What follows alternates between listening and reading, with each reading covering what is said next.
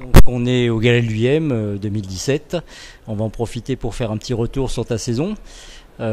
Troisième titre d'affilée en close course sur le championnat d'Europe. Un titre également de champion d'Europe de slalom. Et puis le point le plus important, premier au ranking mondial cette année en fait. Oui, c'est vrai que cette année a été une saison plutôt bonne. Bon, quelques problèmes mécaniques sur le championnat du monde. Où je finis quatrième du championnat du monde, mais ça a été un peu plus difficile à cause de problèmes mécaniques. Mais c'est vrai qu'en ayant fini champion d'Europe pour la troisième année consécutive, c'est un bon point. C'est vrai que je me suis bien préparé pour le championnat d'Europe. Ensuite, bon, aussi pour le slalom, je voulais faire le doublé cette année. J'avais jamais essayé de le faire, donc je m'étais dit cette année c'était le bon moment. Et puis c'est vrai que la place numéro 1 mondiale depuis 2013, je la tiens. Donc c'est vrai que c'est quelque chose qui me tient à cœur d'être toujours premier, et c'est pour ça que j'insiste de faire des courses UIM tout au long de l'année. Oui, absolument, on s'était rencontrés l'année dernière. Vous avez dit que ton objectif c'était effectivement la première place de championnat du monde. Malheureusement encore quelques soucis mécaniques cette année. Par rapport à Youssef, qu'est-ce qui t'a manqué cette année? Cette année il me manque un petit peu de au niveau de la machine, la machine performante, pas mal de problèmes pas mécaniques, mais de la périphérie, des boîtiers électroniques qui lâchent, un compresseur, donc vraiment pas de moteur, pas de casse moteur vraiment, pas mal de problèmes périphériques, donc c'est vrai que ça m'a empêché d'aller chercher la première place, même si je sais que j'avais une machine plus performante que Youssef, parce que quand j'ai pu me battre avec lui, on se tirait au coude à coude, donc dernièrement je finis deuxième juste derrière lui à Sharjah. Après, c'est vrai que Youssef a été très très bien entraîné pour le championnat du monde. Tu crois qu'il a un meilleur entourage au final peut-être, non? Il a un mécano qui le suit, c'est vrai, sur toutes les courses. Maltais, un très bon mécano qu'il a. Et moi, je me fais plutôt moins en mécanique.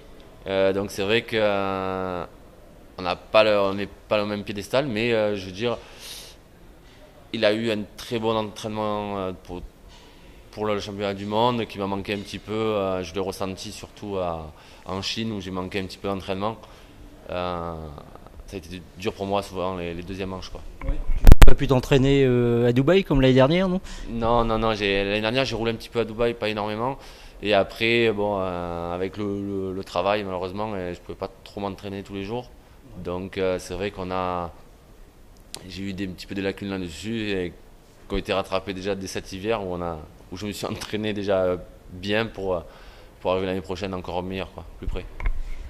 Le fait de courir plusieurs chevaux, à la fois le championnat d'Europe et le championnat du monde, c'est pas un handicap à ton avis?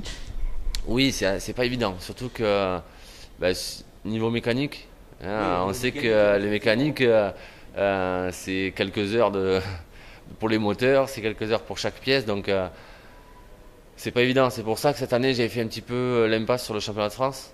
J'ai fait quelques courses, ou alors si les courses que je venais c'était pas avec mon moteur du championnat du monde, donc c'était vraiment, j'ai essayé de me consacrer que à l'Europe et au mondial. L'Europe, je continue à y aller parce que j'essaie d'enchaîner les années consécutives d'être champion d'Europe.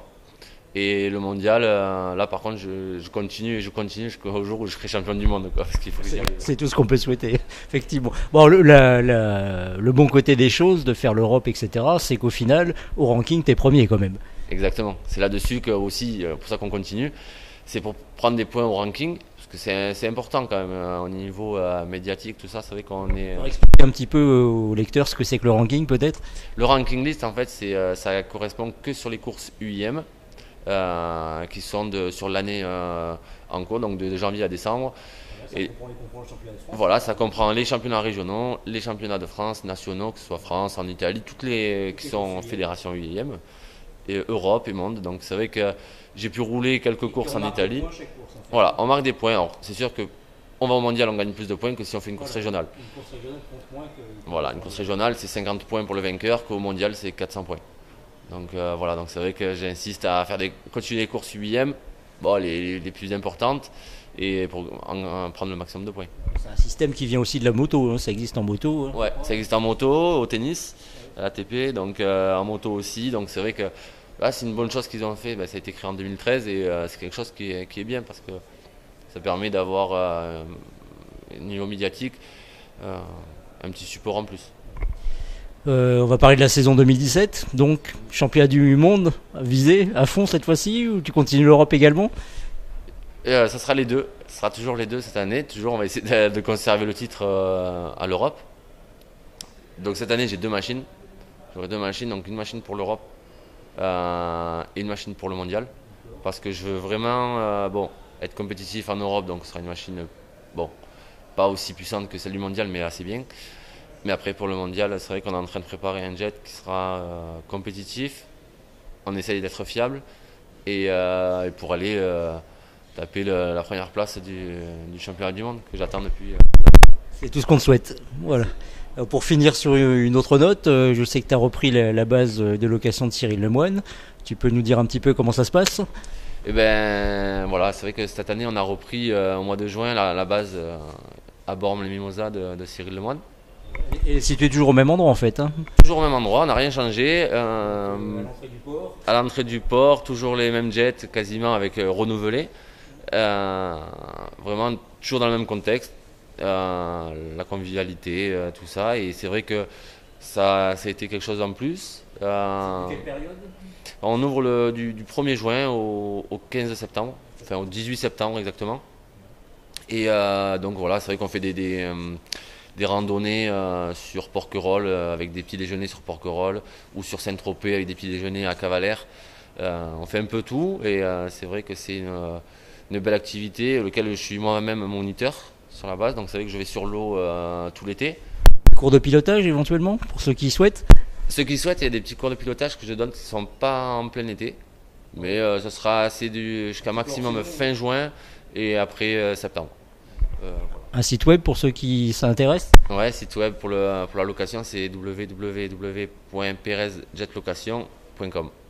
Voilà, Jérémy, je te remercie et puis bonne saison 2017.